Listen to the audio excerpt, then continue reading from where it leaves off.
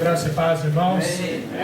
É uma honra, é um milagre de Deus que eu possa estar aqui diante de uma congregação tão poderosa, cheia de homens de Deus, cheias de servos comprometidos com a pregação da palavra.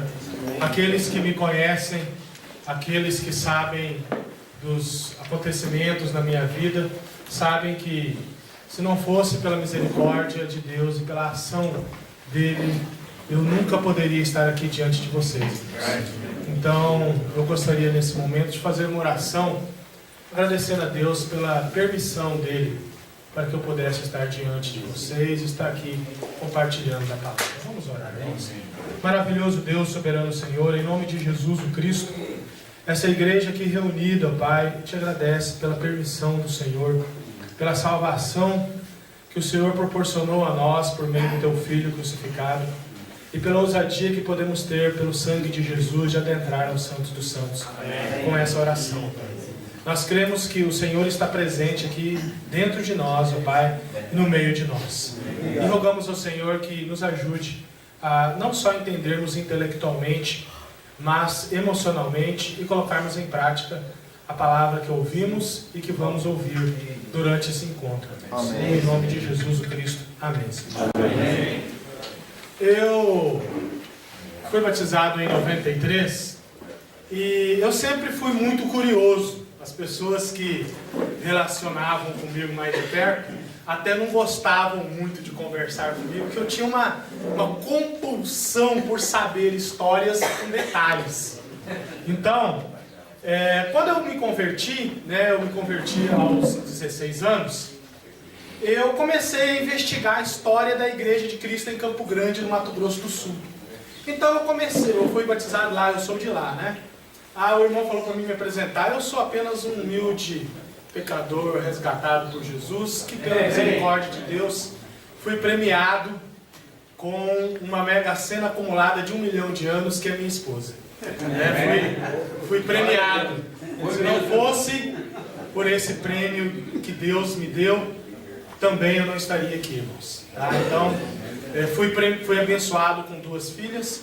E é isso aí, estamos caminhando no mesmo barco rumo ao céu. Amém. Muito bem, irmãos. Aí então, eu comecei a perguntar para os membros assim: quem foi que te batizou? Foi fulano de tal. Eu descobri que a igreja lá começou com missionários americanos, um chamado Jeff Custer, outro chamado Billy McLean, ou que eu chamava ele de McLaren, né, e tal, do carro, da equipe de Fórmula 1, e um outro chamado Jeff Burton. E aí às vezes eu perguntava: quem é que te batizou? Foi fulano de tal. Um outro pegou e falou assim: ele morreu. Morreu a pessoa que te batizou? Morreu. E aí eu comecei a perceber naquelas perguntas minhas que tinha algumas pessoas que não gostavam que eu simplesmente perguntasse assim: quem é que te batizou? E aí então eu perguntei para o missionário que me batizou o seguinte: a gente tinha estudo regular. O que aconteceu com um tal do missionário chamado Jeff Burton aqui? O que aconteceu? E aí então ele me explicou que houve um evento traumático naquela igreja em que ele era um missionário e ele se envolveu com a secretária da igreja, que era casada. Ele era casado, a secretária casada, e ambos fugiram. Ele adulterou ela também e destruiu um lar. Beleza, 2 lares, né? Tudo bem. A partir daí, ou um pouco antes, eu já tinha um questionamento. E eu dei essa ilustração para vocês, que eu queria te explicar o seguinte: eu sempre tive um questionamento. Um pouco antes de me tornar membro das Igrejas de Cristo, eu era batista. Eu fui batista durante 6 anos. Dos 11 aos 17 anos, quase 17. E lá eu ouvi falar tinha uma senhora que ela era professora da escola dominical. Eu ouvi que houve um problema no casamento. Aquilo deixei meio estranho. Tudo bem. E eu comecei a ter um questionamento a partir desse dado, desse missionário. O que acontece com uma pessoa? O questionamento é esse: o que acontece com uma pessoa que é um pregador da palavra, que conhece a Bíblia, que, puxa vida, ele veio lá dos Estados Unidos para o Brasil, né? O que acontece com um pregador que ele consegue desistir da fé dessa maneira, ou é seduzido pelo pecado? O que acontece? Eu, muito curioso, né, sempre me perguntei. Uma outra lembrança que eu tenho, uma das primeiras lembranças da minha infância, eu era criança, eu liguei a televisão, tinha um programa norte-americano, traduzido, é claro, dublado, um pastor falando que devia orar, uma coisa pentecostal. E algum tempo depois eu vi noticiando no jornal, dizendo assim que ele foi filmado saindo do motel com prostitutas. É um pastor famoso, uns 20, 30 anos atrás. Eu não lembro o nome, não importa. Esse questionamento ficou repetindo. Isso mesmo. Era Bandeirantes? Eu era criança. Então, aqui, esse questionamento, irmãos, ficou martelando. Tá, por que é que alguém... Como que acontece isso? O que acontece? Como que é possível alguém que conhece a palavra, que prega a palavra, que ora, que evangeliza, que está na igreja, como que pode isso acontecer? Eu ficava me questionando sempre sobre isso.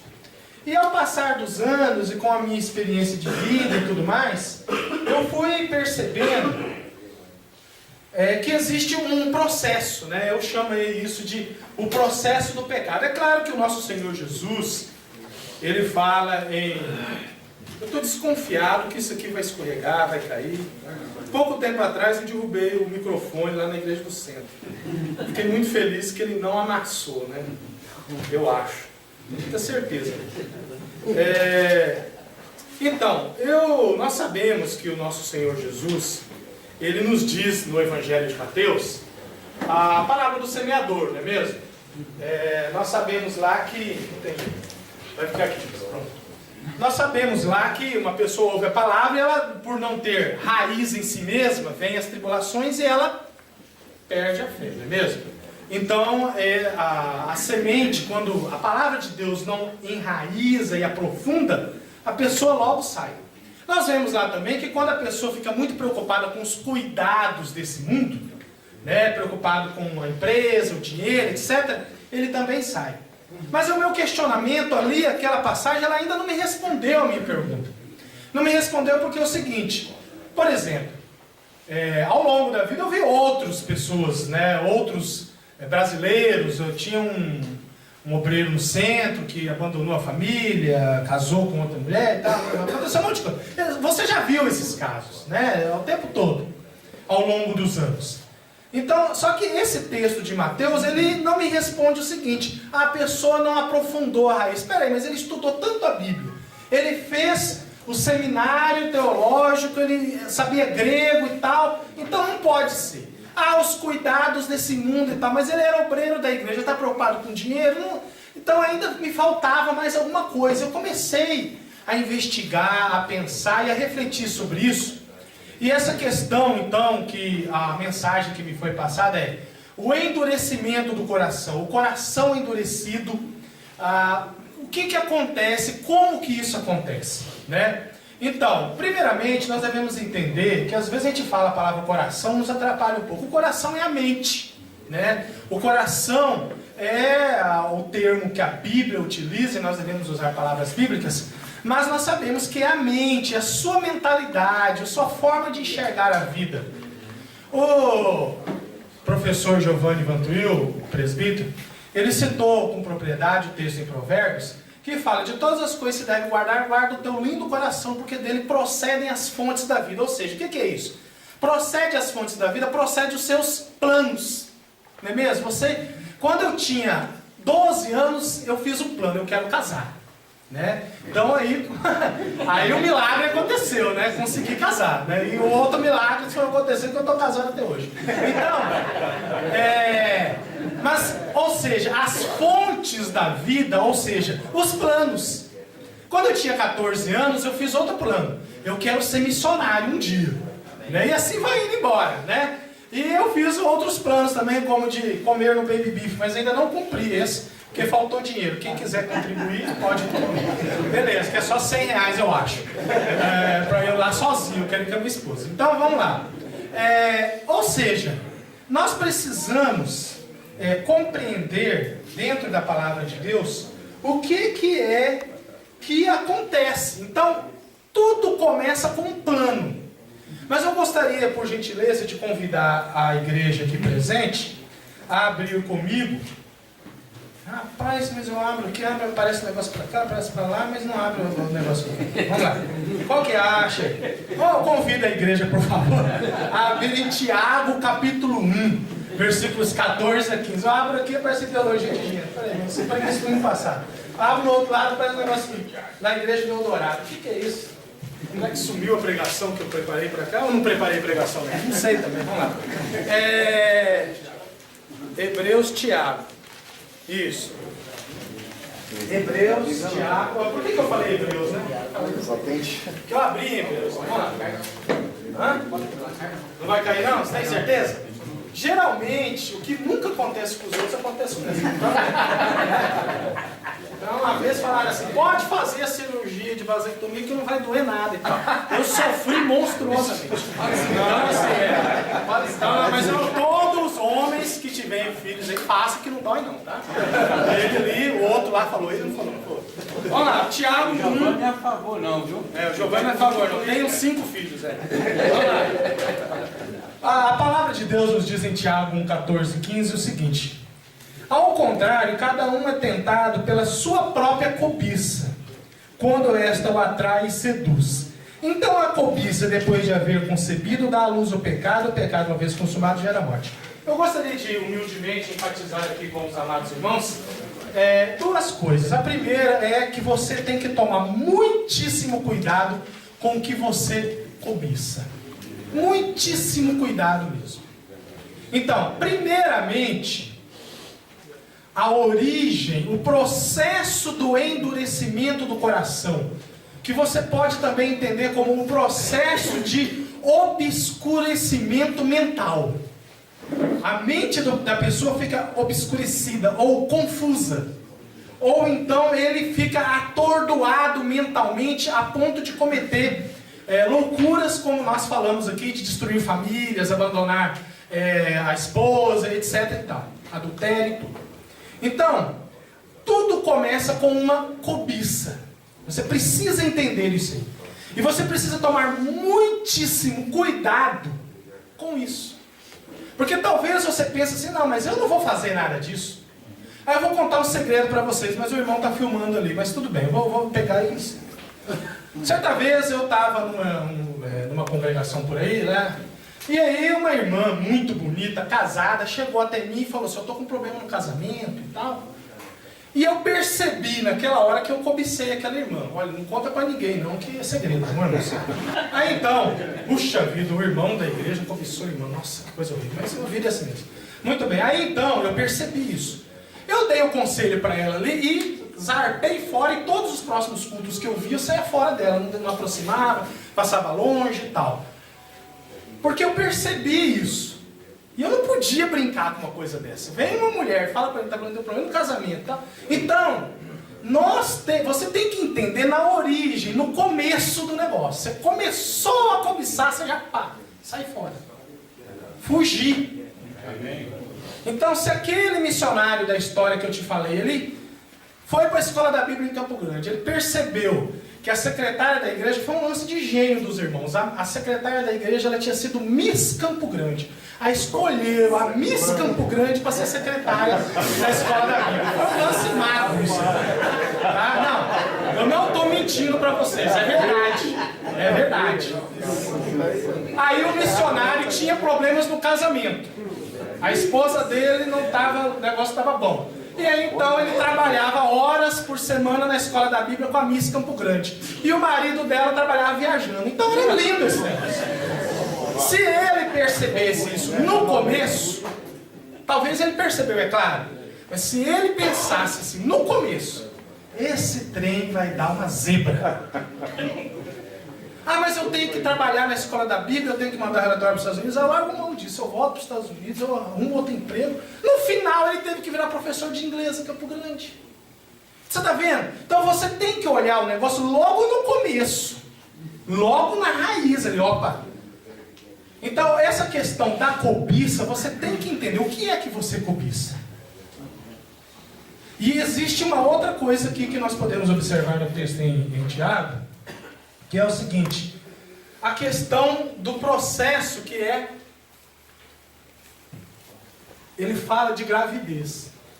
Então nós sabemos que humanamente, sobre os humanos, 9 meses. Então existe um processo.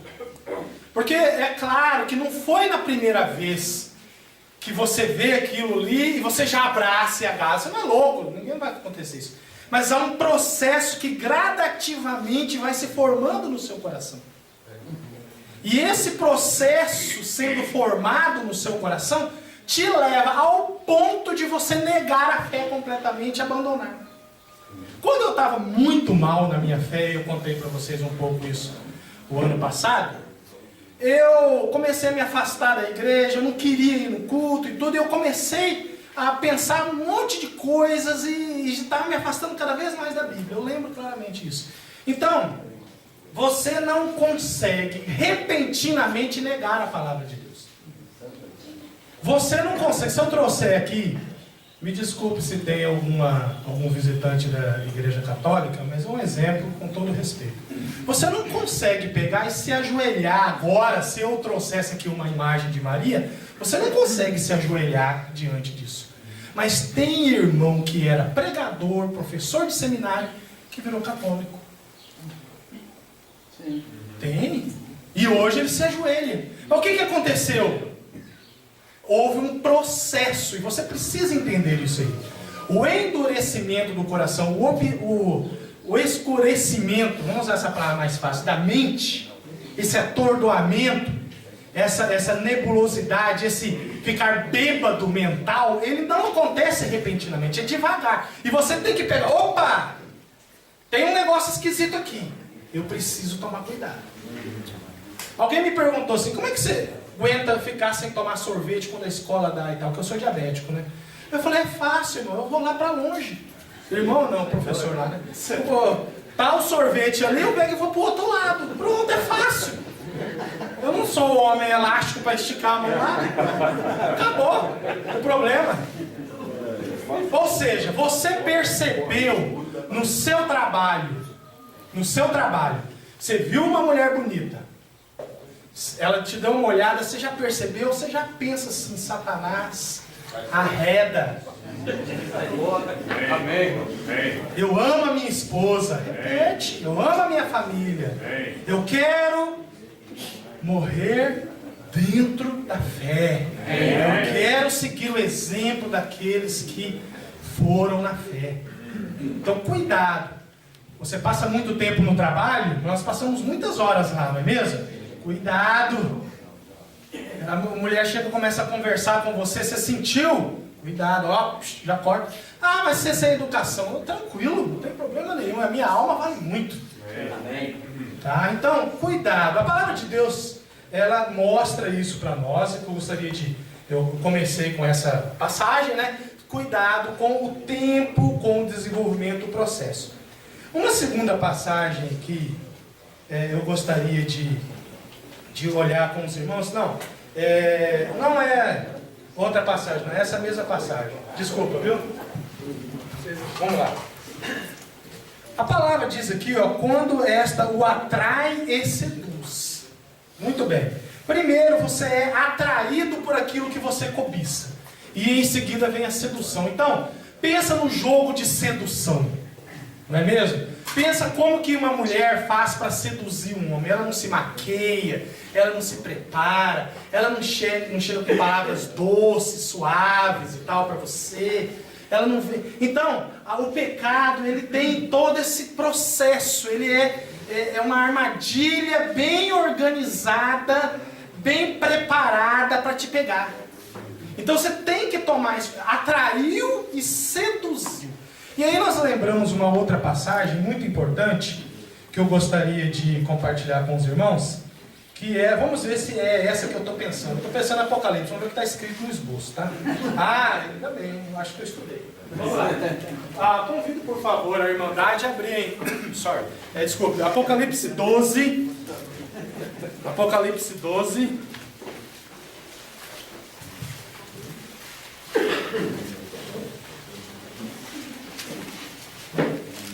Os versículos 9 e 10, por favor, irmãos.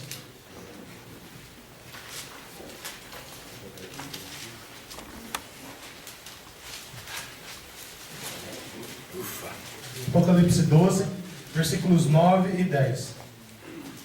A palavra de Deus então nos diz assim: foi expulso o grande dragão, a antiga serpente que se chama Diabo e Satanás, o sedutor de todo mundo. Sim, foi atirado para a terra e com ele os seus anjos. Então ouvi grande voz no céu proclamando: agora veio a salvação, o poder, o reino do nosso Deus e a autoridade do seu Cristo, pois foi expulso o acusador de nossos irmãos, o mesmo que os acusa de dia e de noite diante de nosso Deus.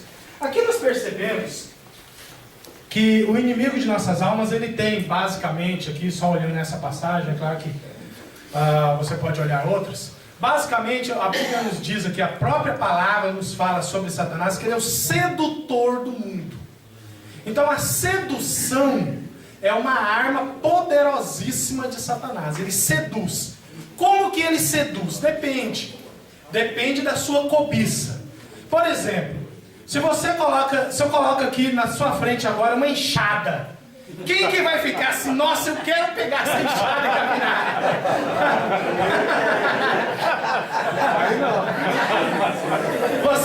Você não está com vontade de capinar, né? Você não cobiça isso de jeito nenhum, né? Não. Quando eu corria demais, eu gostava muito de correr, muito. Então eu olhava tênis assim, de R$800, chegava, nossa, é cobiça. Talvez se eu pego e coloco para você hoje, e ali você olha isso, espera aí, mas eu não quero não, eu prefiro de 100 mesmo, tá joia. Porque não há cobiça dentro de você, por aquele instrumento. Então, por exemplo, bicicleta, eu gosto de pedalar. Então, o que acontece? A sua cobiça, o que te atrai, o que te seduz, é aquilo que você cobiça, está lá dentro de você. Entende? Então, é por isso que você tem que tomar muito cuidado. Ele é o sedutor do mundo. Como que ele, principalmente, ele gosta de seduzir? Prometendo a felicidade e atacando tudo que você vê na nossa sociedade hoje. É a obra de Satanás seduzindo o mundo. Como é que eu vou ter paz? Eu vou ter paz se eu não julgar ninguém, por exemplo. Né? Ninguém é julgado. Tem um evento nos Estados Unidos, eu vi na Globo News, chamado Burning Man. Bonito nome, né? Homem queimando, homem que queima. Bonito, né? Podia fazer o Ed Cristo no ano que vem, homem queimando. Aí então, é um evento que é o seguinte, lá no deserto dos Estados Unidos, não sei na onde, que é proibido levar dinheiro. Cada um leva água, vegetais, remédio e tal, e lá troca as coisas. E aí no domingo pela manhã, justamente no domingo pela manhã que as igrejas estão reunidas, Giovanni, eles fazem o evento mais marcante do dia, que é pedalar. Todo mundo pedala, só que é pelado. Tá?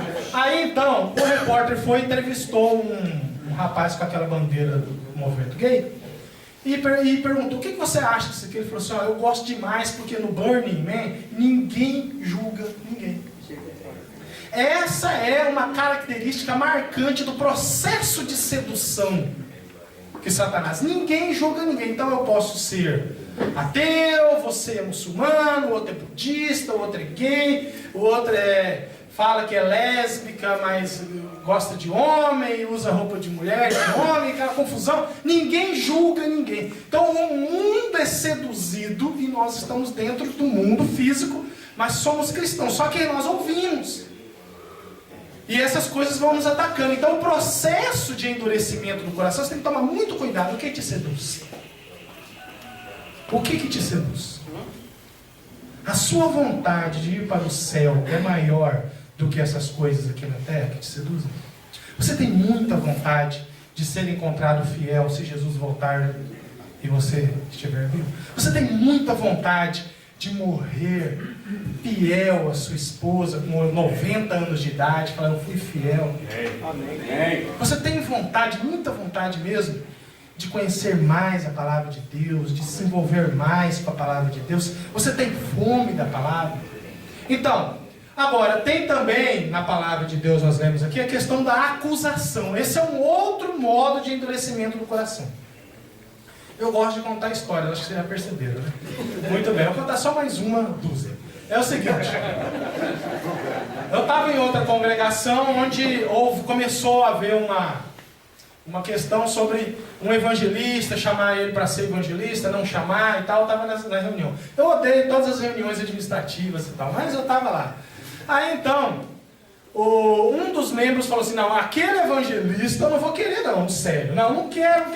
Aí os outros todos estavam querendo, mas aquele homem estava enfático.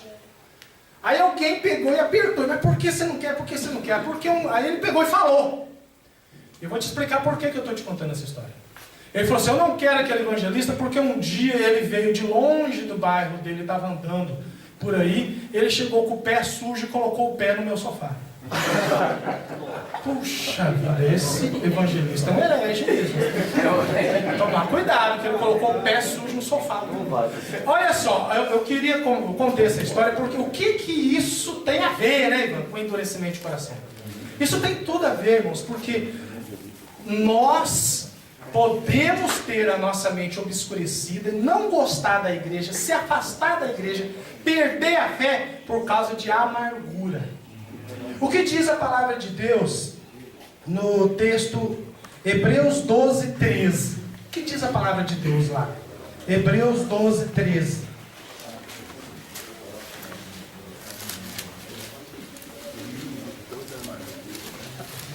Aqui eu quase realizei meu sonho, que é o seguinte, meu sonho, irmãos, de pregação, é começar a pregação com a conclusão e terminar com a introdução. Quase consegui, porque esse era o último versículo do esboço, mas não teve jeito. Vamos lá, ainda um dia, você me ensina, João? A gente escreve o esboço e começa a pregação com a conclusão e termina com a introdução. Vamos lá, Hebreus 12, eu coloquei, o versículo é 15, tá, irmãos? Vamos lá. 12, 15. Atentando diligentemente, porque ninguém seja faltoso, separando-se da graça de Deus, nem haja alguma raiz de amargura que, brotando, vos perturbe, por meio dela muitos sejam contaminados. Então o texto aqui, mais uma vez, é importante observarmos o seguinte: raiz não é algo que, de repente está no fundo. É algo, é um processo. Por isso que a gente chama de um processo de endurecimento do coração. Então uma raiz de amargura, ela começa com uma sementezinha.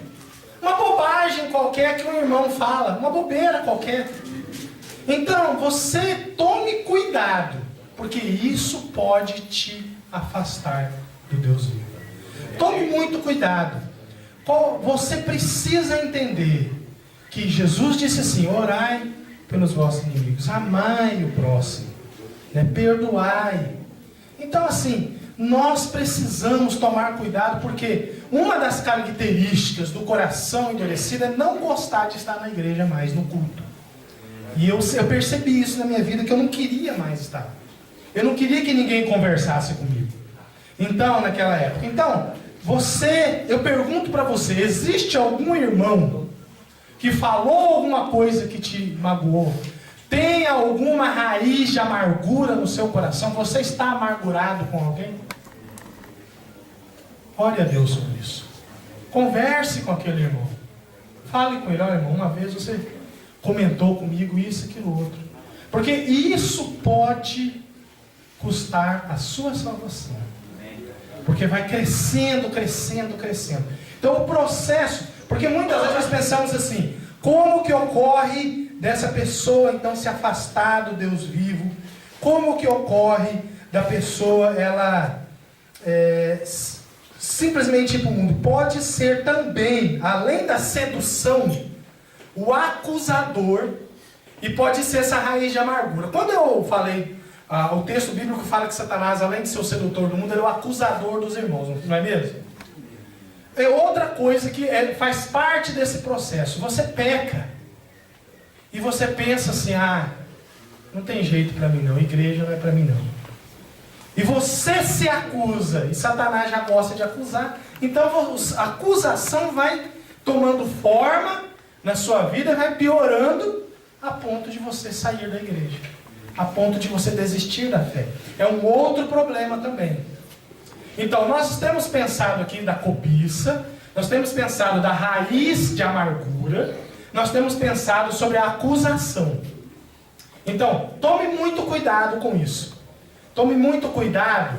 Se você se acusa muito, sente muito culpado, tá? E começa a pensar, a igreja não é para mim mesmo não, que eu não estou conseguindo. É possível, porque Jesus Cristo venceu a morte. Amém. E na cruz, Ele provou. Que Ele pegou o ladrão da cruz. Puxa vida, que irmão injustiçado. Olha, qual que é o nome dele? Ladrão da cruz. Puxa vida, né? Chegar lá no céu, quem é você? Eu sou o ladrão da cruz. Rapaz, eu sempre quis saber seu nome. Nós pregamos a vida inteira o ladrão da cruz. Quem quer ser lembrado como ladrão, André? Ninguém. Você quer que o seu nome seja lembrado como ladrão? O que ele fez? Ele foi um missionário? Ele foi um evangelista? Ele foi um teólogo? Ele fez seminário? Ele pregou? Ele não fez nada. A única coisa que ele fez, olha, lembra de mim. Ele se arrependeu. Ele se entregou. Então, isso daí é uma demonstração de um lado que a gente tem que entender. Jesus, ele está buscando o arrependido, o contrito de coração, aquele que se humilha. É claro que se ele tivesse, numa outra circunstância, encontrado Jesus à beira do lago, ele teria um processo de crescimento espiritual, seria outra história. Então, não fique pensando que você tem que merecer a salvação. Jesus compra, ele paga o preço naquela cruz. A tua identidade está vinculada àquela cruz. Então não deixe o diabo te acusar, as pessoas te acusarem, não se acusem. Busque o crescimento espiritual. A palavra de Deus, aqui eu gostaria de contar um outro segredo para os irmãos. Não, mas engraçado, não era esse o versículo que eu ia abrir. Mas eu nem falei qual versículo ainda, né? Então como é que está errado? Vamos lá então, vamos abrir Salmo 119, versículo 112. Salmo 119, versículo 112. Você não levanta a placa não, que eu estou cronometrando aqui, viu? Eu sei que eu estou pregando há 32 minutos. É claro. Você está cronometrando também, né? Tá bom. Salmo 119, versículo 112.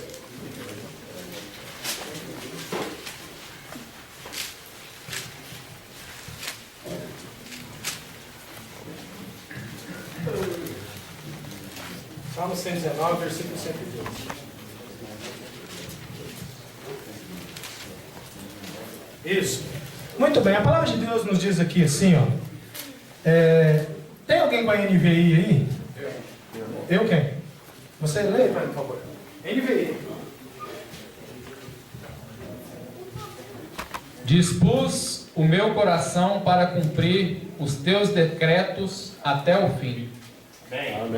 Amém. A versão Almeida Revista Atualizada fala assim, ó, ele fala dispus, induzo o coração.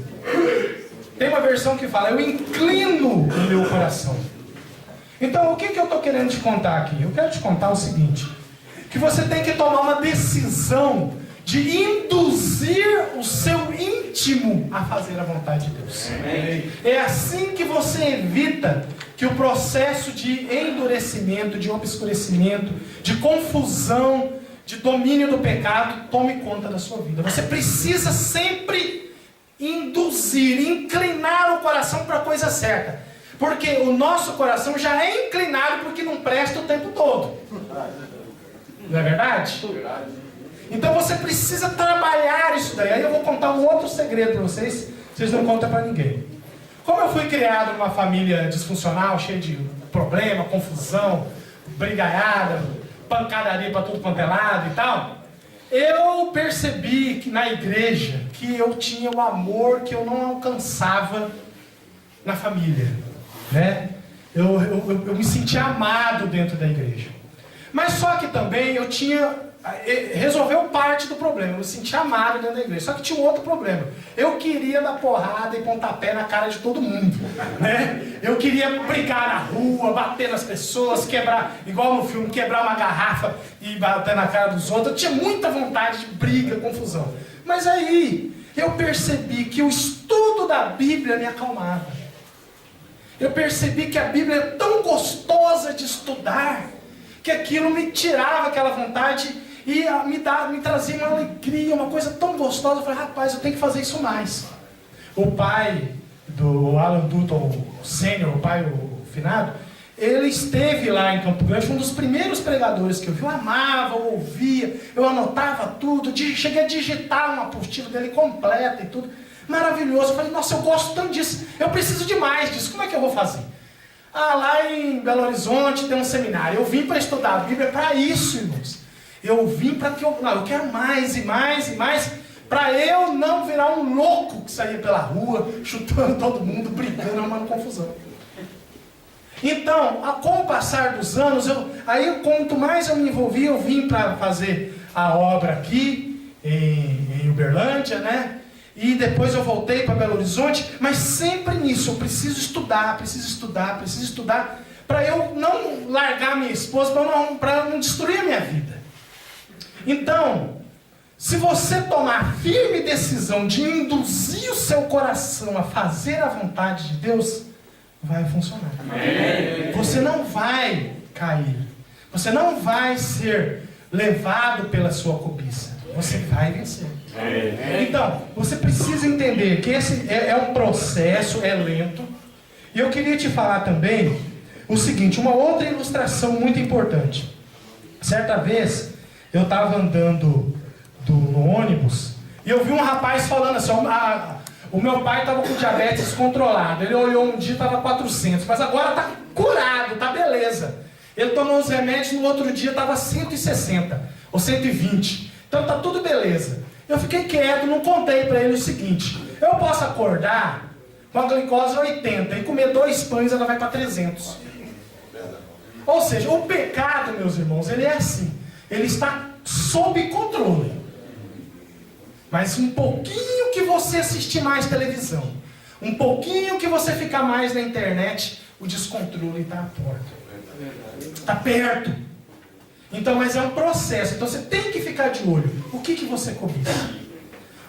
Quanto tempo você está passando na internet? Esse é um outro assunto que eu quero falar com vocês. Sobre esse processo de endurecimento. Eu creio que nunca houve na história da humanidade algo que mudasse tanto as relações humanas quanto a internet e o celular. Porque quando inventou a eletricidade, até hoje tem gente que não tem eletricidade nas casas. Porque quando inventaram a imprensa e os livros, até hoje tem gente que é analfabeta e não lê. Ou tem muitos que sabem ler e não lê. Quando inventou o rádio, muita gente não tinha eletricidade, não tinha rádio, então só ouvia aquelas histórias. Quando inventou a televisão, então você ia para a rua, ficava o dia inteiro trabalhando, você voltava à noite. Hoje não, você está com a televisão 24 horas na sua mão. E então, duas coisas ao mesmo tempo, um acesso monstruoso à informação e para todo mundo, do pobre ao rico, todo mundo está igual. E nisso vem o pecado. E aí vem uma outra questão, a banalização, a indiferença, o achar que o pecado não é algo sério.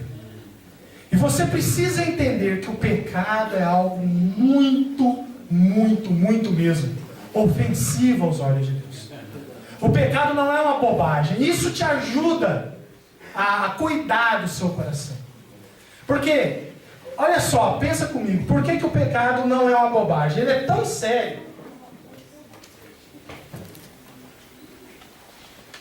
que só teve um jeito de resolver isso. Jesus Cristo teve que ser crucificado. Olha a seriedade do pecado. O pecado não é brincadeira. E muita gente lida com o pecado como se fosse uma coisa à toa. Como se fosse uma banalidade. Porque você pode pegar o WhatsApp e olhar um vídeo pornográfico, coisa que isso não existia 20 anos atrás. Olhar um vídeo pornográfico, colocar no bolso e ir para o culto. Você pode ir para o trabalho, dentro do ônibus, olhar e guardar e acabou. Não tem nada, não tem vestígio, acabou.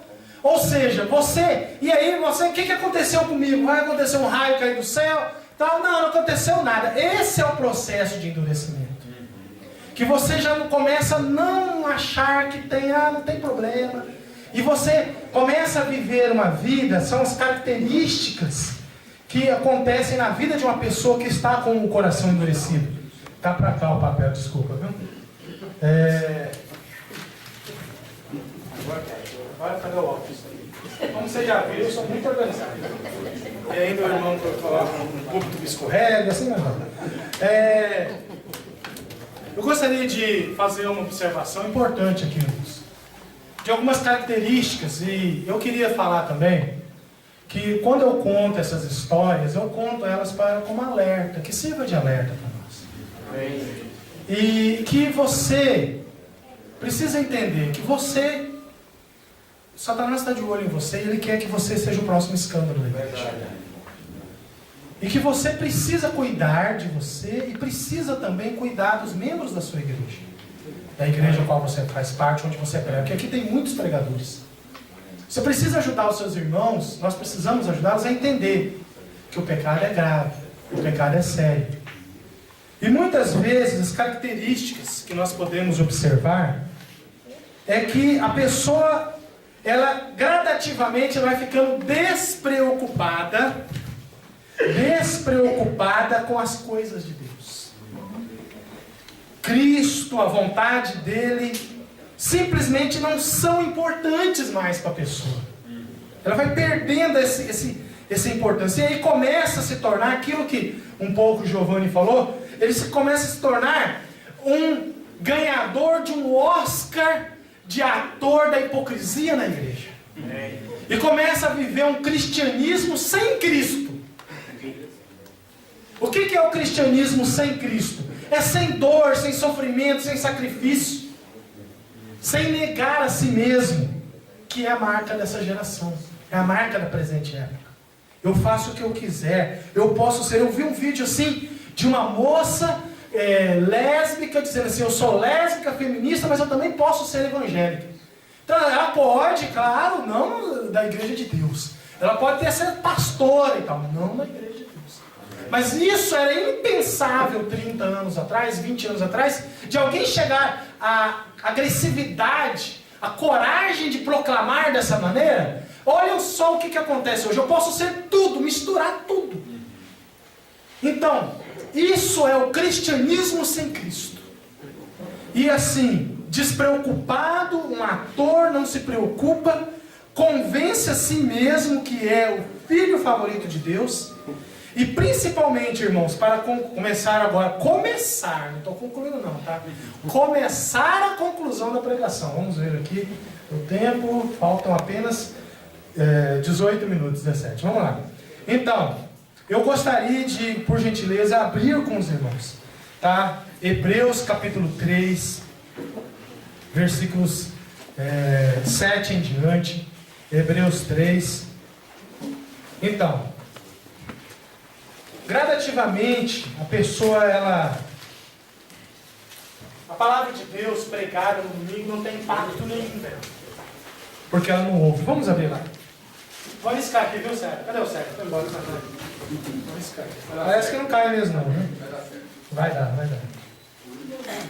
Hebreus 3.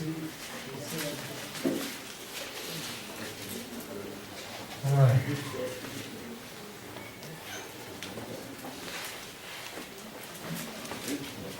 Eu gostaria de começar então no versículo 7 aqui, que diz assim, ó. Só um momentinho, irmão.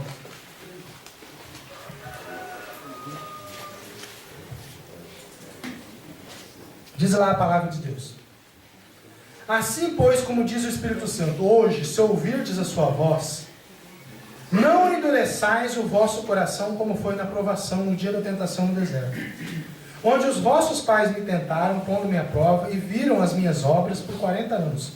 Por isso me indignei contra essa geração e disse: estes sempre erram no coração, eles também não conheceram os meus caminhos. Assim jurei na minha ira: não entrarão no meu descanso. Tende cuidado, irmãos, jamais acontecerá haver em qualquer de vós perverso coração de incredulidade, que vos afaste do Deus vivo. Eu quero então pensar aqui, irmãos, para utilizar os últimos minutos, 15 minutos desse tempo de ministração, o seguinte. Mais uma vez eu vou contar uma história, viu? Quando eu cheguei em 1997 para Belo Horizonte, logo eu comecei a fazer parte de um grupo, Grupo Casa, né? Em Santa Luzia. E eu, buscando a palavra e tudo, mas eu comecei a questionar se a Bíblia era certa e se Deus existia. Começou a ter aquele questionamento lá no meu coração. Será que Deus existe? Mas que estranho isso, né? Aí então eu peguei e busquei um livro chamado Testemunho que Exige o Veredito, li um pouco e larguei de lado. Não, tá tudo bem, tá tudo certo, não vou pensar muito nisso não. E fui embora. Quando eu estava aqui em Uberlândia estudando na faculdade ali, eu entrei numa crise depressiva tão grande, eu comecei a chegar à conclusão que Deus, acho que Deus não existe mesmo não. Não pode ser, Deus existe, não existe. E em vez de procurar na Bíblia, eu não estava nem conseguindo ler a Bíblia direito, eu pensei o seguinte, ó, a natureza, essa complexidade de animais e tudo que existe, não pode ter brotado do nada. Então eu falei, Deus existe mesmo. E parei aí. Eu não tratei a questão mais a fundo. E aí, quando eu voltei para Belo Horizonte, passados muitos anos, finalmente, meus irmãos, o ano passado, olha só, eu já tinha pregado, já tinha, seminário, etc, etc. Ainda havia uma incredulidade lá dentro de mim. E eu resolvi, decididamente, investigar isso aí. E combater isso aí. Porque o ano passado, nós fizemos um seminário para os jovens chamado Cristianismo versus Ateísmo. Lembra que eu falei para vocês disso? E aí então eu comecei a investigar. Porque como é que eu vou falar de ateísmo se eu mesmo lá no fundo eu tinha uma dúvida? Então, quando finalmente lá dentro do meu coração eu lembro que eu estava na rua e eu cheguei à conclusão lá no fundo mesmo: Deus existe, eu tenho certeza absoluta da existência dele. Foi libertador. Foi bom demais. Eu não tenho dúvidas nenhuma. Ele existe. Eu tenho certeza, tranquilo. Não porque é ciência e tal. Mas aí vem uma outra coisa muito importante. Não é porque a ciência, porque o Adalto Lourenço, o grande cientista cristão, falou. Não é por isso não. É por uma outra coisa. E que eu quero falar com você, que vai te ajudar muito sempre a evitar esse obscurecimento mental. A palavra de Deus nos diz aqui o seguinte. Eu devia seguir o seu conselho hoje, usar aquela cordinha também. Isso ainda vai dar uma zebra. Diz aqui, ó. O texto nos mostra: não endureçais o vosso coração, como foi na provação do dia do deserto. O versículo 9. Onde os vossos pais me tentaram, pondo-me à prova, e viram as minhas obras por 40 anos. Eu quero que você entenda o seguinte. Te ajuda muito, muito mesmo a evitar isso daí, se você prestar muita atenção na interferência de Deus nos detalhes da tua vida. Preste muita atenção nisso.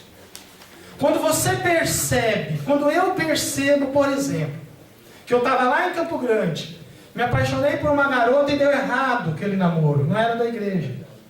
Me apaixonei por outra jovem, já era da igreja. Mas eu sofri uma desilusão tão grande com ela, que aí foi um dos outros motivos que eu também vim para Belo Horizonte, fui para Belo Horizonte, e que Deus então colocou a Lourdes na minha vida. Eu vejo o detalhe de Deus ali. E aí então, quando você observa os detalhes da ação de Deus na sua vida, você vai percebendo Ele te abençoando, Ele cuidando de você, Ele te ajudando, porque você poderia ter feito uma escolha só para cá, uma escolha só para lá, e Deus vai cuidando, vai ajudando. Observe as bênçãos de Deus. Certa vez eu estava num acampamento lá em Belo Horizonte, e eu orei assim: ó Deus, era esse ano agora em janeiro, eu orei a Deus: Deus, obrigado. Era um acampamento de futuros ministros lá, organizado pelo famosíssimo Alejandro e Jamie, Bob Richards. Aí eu orei assim: ó Deus, eu estava lá sozinha nas minhas férias, naquela cama macia, Deus, confortável, com a beleza, né? Eu orei assim: ó Deus, obrigado, porque eu estou aqui e eu não estou lá fora no mundo, no bar bebendo. Ó Deus, obrigado demais, isso aqui tá bom demais, Deus. Nossa, no frio, no lugar esquisito, eu não gosto de dormir fora de casa. Não, Deus, obrigado demais, obrigado, Deus, porque o Senhor me conduziu até aqui. E Deus te conduziu até esse local hoje. Deus está presente nos detalhes da sua vida. Ele está cuidando da sua vida. Tenha certeza disso. Observe, pare e pense um pouco. Tudo que tem acontecido na sua vida, como Ele está te conduzindo para o bem, como Ele deseja que você seja transformado. É assim, observando isso, combatendo a incredulidade lá no coração. São características de um coração endurecido. A pessoa ouve a pregação e não tem impacto nenhum na vida dela, não sente nada. É assim que é. Qual que foi a primeira coisa que Satanás falou com Eva? Quer dizer então que se você comer isso aí, como é que é? Deus proibiu você? Ele fez um ataque direto na palavra de Deus. Direto. Quer dizer então que Deus te proibiu de tudo. Ele atacou diretamente o quê? A palavra. E quando você se afasta da palavra, então o inimigo está ganhando terreno. O que ele foi que ele falou com Jesus lá em Mateus 4? Se você é filho de Deus. Mas o que Jesus escutou de acordo com o texto antes de ir para o deserto? Você lembra em Mateus 3,16? Ele ouviu a voz de Deus. De acordo com o texto, a última coisa que Jesus escutou ali: tu és o meu filho amado, em ti me comprazo. E vem o inimigo e pergunta: será que você é filho de Deus mesmo? Olha só, o que é isso a não ser um ataque direto na palavra de Deus? E é assim que acontece o obscurecimento mental.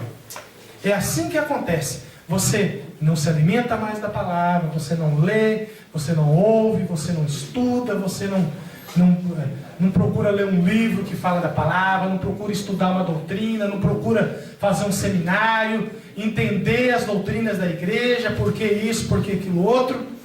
E aí, quando você vê, você já está cobiçando, e aí pode ser tarde. Às vezes você não consegue voltar mais. A transformação para o lado do pecado às vezes é tão intensa que a pessoa perde. Ela não consegue mais voltar.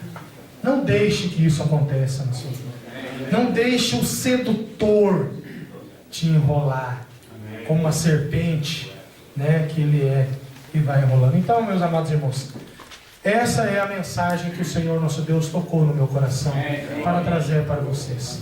Que o nosso Deus seja muito louvado. E lembre-se sempre, Ele quer o melhor para você.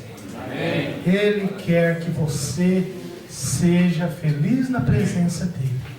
Ele quer que você sinta a mesma felicidade que aqueles que foram açoitados e presos cantaram à meia-noite. Quem é? Paulo e Silas. Você é chicotada no lombo, sangrando com dor no lugar, fedendo. O que eles fizeram? Louvaram a Deus, por poder ser digno de sofrer por Cristo. É essa felicidade que a gente tem que buscar, meus irmãos. Não é a felicidade, nossa, como eu estou feliz, Deus me abençoou com a promoção no trabalho. Que bom, mas não é isso, não é a essência mesmo, nossa, como eu sinto forte, intenso a presença de Deus na minha vida. Por mais difícil que seja a dívida, por mais dolorosa que seja a luta contra o vício, contra a cobiça, lá no fundo eu sinto alegria. Puxa vida, Deus, obrigado, Deus. É isso que nós devemos buscar, Deus. Eu creio que o que está escrito na palavra é verdade, é real. Se dois homens podem ser açoitados, apanhar, espancados, num lugar fedorento, imundo, úmido, de noite, pode cantar louvores, agradecendo a Deus pela honra de sofrer por Cristo. Se isso aconteceu com eles, eu quero sentir essa intensidade emocional também, brotando da palavra de Deus, me transformando, me ajudando a enfrentar as minhas lutas, os meus pecados, as minhas emoções, tudo. É para todos nós, irmãos. Não é só para eles, é para mim e para você. Muitas vezes nós enfocamos demais, o culto é racional, e a melhor emoção que tem é essa, a que brota da palavra de Deus. Você sente aquela felicidade que brota do louvor a Deus, É essa emoção, eu gosto muito. Todos nós queremos sentir essa emoção. E ela brota daqui, ó. Estude, se deleite, sinta a delícia da palavra do Espírito Santo trabalhando dentro da sua vida. É assim que nós vencemos a batalha contra o endurecimento dos nossos corações. Deus seja louvado, irmãos. Vamos orar mais uma vez. Ó Pai, nós somos muito agradecidos, meu Deus, porque eu tenho certeza que foi o seu milagre que me trouxe até aqui, e não só a mim, mas cada homem que está aqui presente é resultado de um milagre da ação do Senhor na vida dessa pessoa. Pai. Nós reconhecemos o Senhor nos detalhes de nossa vida, Pai. Nós reconhecemos o Senhor na Tua palavra. E eu oro ao Senhor, Pai, que cada irmão que está aqui presente possa absorver cada vez mais, se deliciar na palavra e se afastar da incredulidade. Que aumente, Senhor, a nossa fé por meio da leitura, da oração, da reflexão. Obrigado, Deus, pela salvação de nossas almas, que é a coisa mais importante que podia nos acontecer. Obrigado, Deus, em nome de Jesus. Amém. Ó Senhor, só Tu és digno, digno de louvor.